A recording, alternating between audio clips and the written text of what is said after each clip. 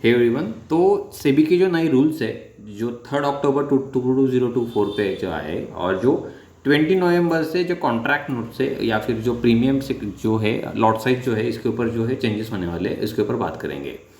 तो first contract था हमारा निफ्टी का जो 5 लाख टू 10 लाख के आसपास का, तो अभी 15 लाख से 20 लाख के आसपास हो रहा है, मतलब लगभग *2 के आसपास ये हो चुका है। ठीक है, अगर हम बात करेंगे अभी कि क्या चेंजेस आने वाले हैं, तो अब बस निफ्टी की बात करेंगे। निफ्टी की फॉर एग्जांपल निफ्टी की बात करेंगे हम लोग, ओनली निफ्टी। ठीक है, तो पहला कॉन्ट्रैक्ट साइज था हमारा 25 के लॉट का, अभी ये बन चुका है 60 लॉट का। तो यहाँ पे क्या होने वाला है ना, पहले क्या हो रहा था कि 100 रुपीज़ का प्रीमियम में हम क्या कर रहे थे, एक क्वांटिटी हमने ले लिया फॉर एग्जांपल, ओके, मतलब एक लॉट ले लिया, तो हमें कैपिटल लग रहा था 2500 का, मतलब 2500 रुपये के आसपास हमें कैपिटल लग रहा था।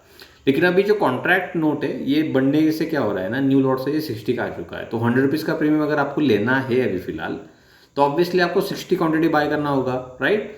तो 6000 का जो मार्जिन है हमारा, आपका कैपिटल है, ये यूटिलाइज होगा। तो यहाँ पे बस ये चेंज हो रहे हैं कि जो नए लोग थे जो 25 क्वांटिटी से ट्रेड कर रहे थे, बस इनके लिए ये चीज़ थोड़ी डिफिकल्ट हो जाएगी रिस्क मैनेज करना।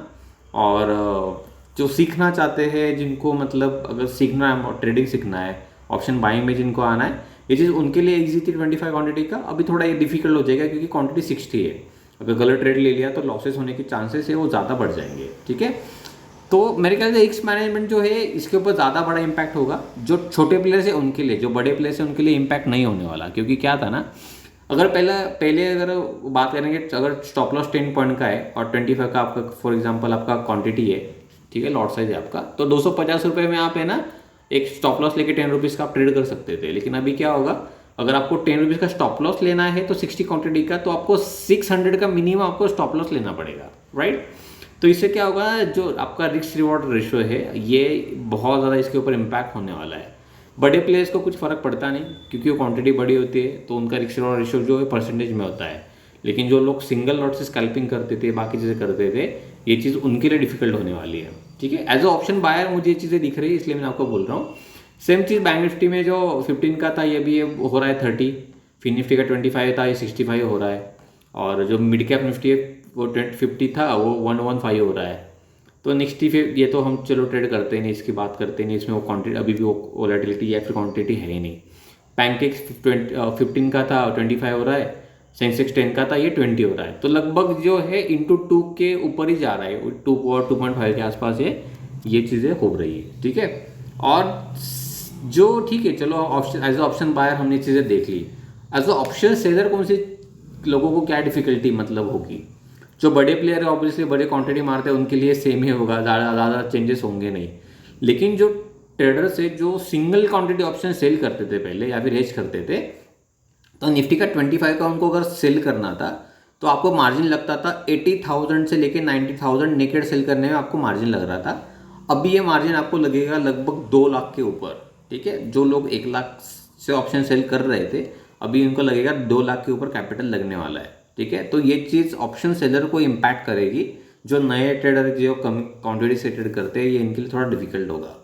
और मेरे ख्याल से ये चीज़ मतलब चलो ऑप्शन बाय के लिए ठीक है, लेकिन ऑप्शन सेलर के लिए जो नए लोग हैं उनके लिए बिल्कुल अच्छी नहीं है। तो कैपिटल आप और ज़्यादा कैपिटल लेके आओगे मार्केट में, और ज़्यादा क्वांटिटी रहेगी, स्टॉप लॉस बड़े रहेंगे, तो ये चीज़ बहुत मतलब इतनी अच्छी नहीं है। तो सबसे इंपॉर्टेंट और एक चेंज होने वाला है, तो कैलेंडर जो स्प्रेड है लोग बनाते हैं, जो ऑप्शन सेलर उनको एक चीज़ पता होगी, ये थोड़ा सा बताऊंगा तो वीडियो बहुत लंबा हो जाएगा, तो अभी इतना बता नहीं रहा। लेकिन क्या होता था ना, लोग है ना मंथली जो एक्सपायरी है लोग इसको सेल कर देते थे। ठीक है, वीकली को भी सेल कर देते थे, कि कुछ लोग करते थे कि मंथली को बाय कर लेते थे और जो वीकली एक्सपायरी है वीकली वाली इसको सेल कर देते थे। जो जो थेटा होता है, मतलब जो टाइम डिके होता है, जो थेटा डिके होता है, तो क्या करते थे, जैसे 100 रुपीज़ का प्रीमियम जो वीकली है, तो ये अगर ये ना जीरो होने वाला है, एट द मनी का जीरो हो जाएगा। लेकिन अगर आप फॉर एग्जांपल 100 रुपीज़ का मंथली का प्रीमियम होगा तो ये जीरो नहीं होगा, ये क्या होगा, शायद डीके हो के शायद 80 रुपीज़ के आसपास आ जाए, मतलब या फिर 70 रुपीज़ आ जाए। ठीक है, तो ये चीज़ होती थी कि ये ना टाइम डिके खा के, थेटा डिके खा के ये पैसा कमा रहे थे। तो इनके लिए ये जो कॉन्ट्रैक्ट नोट्स है ये डायरेक्टली ये बंद होने वाले एक्सपायरी डे के लिए। ठीक है, उसके बाद और एक चीज़ होने वाली है कि लिमिटेड क्विकली एक्सपायरी कॉन्ट्रैक्ट्स। सबसे इंपॉर्टेंट बात होगी कि जैसे हम क्या कर रहे थे ना, निफ्टी था, बैंक निफ्टी था, ठीक है, सेंसेक्स था, बैंकिक्स था, तो इनके ना डेली एक्सपायरी होते थे। कोई कुछ फिन निफ्टी था तो फिन निफ्टी क्या होता था, ट्यूसडे को एक्सपायरी होता था, बैंक निफ्टी का वेडनेसडे को था, निफ्टी का थर्सडे को था। तो डेली एक्सपायरी की वजह से क्या हो रहा था ना, गैम्बलिंग या फिर मतलब जो क्वांटिटी साइज से या फिर बाकी चीज़ें जो हो रही थी, जो स्पाइक्स आ रहे थे बार बार मार्केट में, तो ये सारी चीज़ें हो रही थी। और जो रिटेलर ट्रेडर है ये वो ट्रेड कर रहा था इस चीज़ में कि 1 रुपये का प्रीमियम शायद है ना 100 रुपये हो जाए, तो इस चक्कर में क्वांटिटी बढ़ा बढ़ा के ये है ना मतलब अपना कैपिटल लूज कर रहे थे। और ब्रोकरेज भी चाहता है तो सेबी ने शायद इन लोगों का थोड़ा सोचा है, और मेरे ख्याल से ये चीज़ अच्छी भी रहेगी, क्योंकि जो स्टॉप लॉस ट्रिगर करना या फिर बड़ी स्पाइक्स आना, वोलेटिलिटी बहुत ज़्यादा है ना, तो ये चीज़ें शायद इससे थोड़ी कंट्रोल में आ जाएगी। और मेरे ख्याल से ये चीज़ बहुत अच्छी है जो किया है सेबी ने रूल। तो मुझे बस ये चीज़ पसंद आई, बाकी तो चीज़ें पसंद नहीं आई है, लेकिन ये चीज़ मुझे बहुत अच्छी लग रही है, ये पसंद आ रही है। तो शायद इससे रिटेलर ट्रेडर को थोड़ी राहत मिलेगी। और दूसरी चीज़ ये है कि फॉर एग्जांपल ये मंथली एक्सपायरी और वीकली एक्सपायरी रखने वाले, लेकिन कैसे रखेंगे। फॉर एग्जांपल एनएससी का, ठीक है, एनएससी का नेशनल स्टॉक एक्सचेंज है, तो इसमें आते हैं हमारे निफ्टी आता है, बैंक निफ्टी आता है, फिर निफ्टी आता है। लेकिन निफ्टी बैंक निफ्टी की बात करेंगे, दोनों में से क्या होगा ना, मतलब मंथली एक्सपायरी तो सबकी रहेगी, जैसे निफ्टी बैंक निफ्टी फिर निफ्टी इनका सबका मंथली एक्सपायरी रहेगा। लेकिन निफ्टी बैंक निफ्टी दोनों में से एक ही इसका कॉन्ट्रैक्ट रहेगा जिसका वीकली एक्सपायरी होगा, बाकी सबका मंथली एक्सपायर रहेगा। लेकिन किसी भी एक इंडेक्स का एक वीकली एक्सपायरी होने वाला है। तो मेरे ख्याल से ये चीज़ बहुत अच्छी है। लेकिन अब देखना पड़ेगा कि मतलब निफ्टी को चूज़ करते, बैंक निफ्टी को चूज़ करते, या फिर अगर बीएससी की बात करेंगे तो या शायद सेंसेक्स को करेंगे, या फिर दोनों में से शायद बैंकिंग्स को करेंगे, दोनों में से एक चीज़ वो करेंगे मेरे ख्याल से।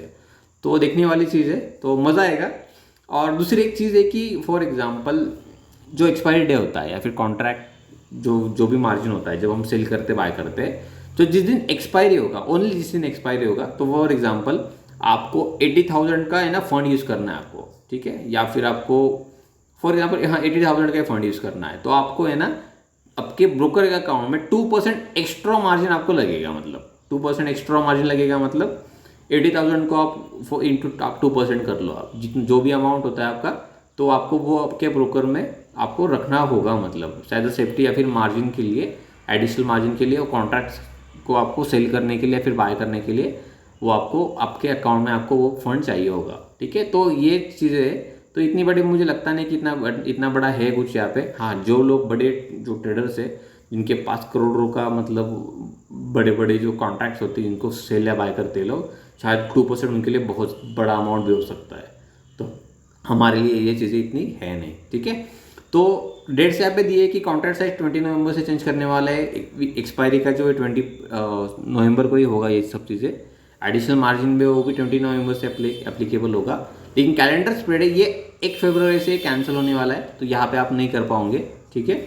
और इंट्राडे मॉनिटरिंग जो पोजीशन लिमिट से बाकी चीज़ें है ये 1 अप्रैल 2025 को आने वाली है, तो इसका बहुत टाइम है अभी भी। तो बस इतना ही। जो लोग बोले ना कि ऑप्शन बायर ख़त्म हो जाएगा, ऑप्शन बायर्स का कुछ है ही नहीं, मतलब ऐसा कुछ है नहीं। तो मेरे ख्याल से जितनी सारी चीज़ें ऑप्शन बायर के लिए है अच्छी है, लेकिन जो स्मॉल अकाउंट्स है जिनके जो स्मॉल लोग सीख रहे हैं बस उनके लिए थोड़ा सा इशू हो सकता है। लेकिन बाकी चीज़ें मुझे इसमें कुछ दिख नहीं रही। चलो ठीक है, डिटेल में मैंने सब चीज़ें बताई। अगर कुछ समझ नहीं आया तो ऑब्वियसली आप एक बार दोबारा देख लेना, या फिर कमेंट सेक्शन में पूछ लेना, मैसेज कर देना, तो हम एक बार इसके ऊपर बात करेंगे। चलो, थैंक यू।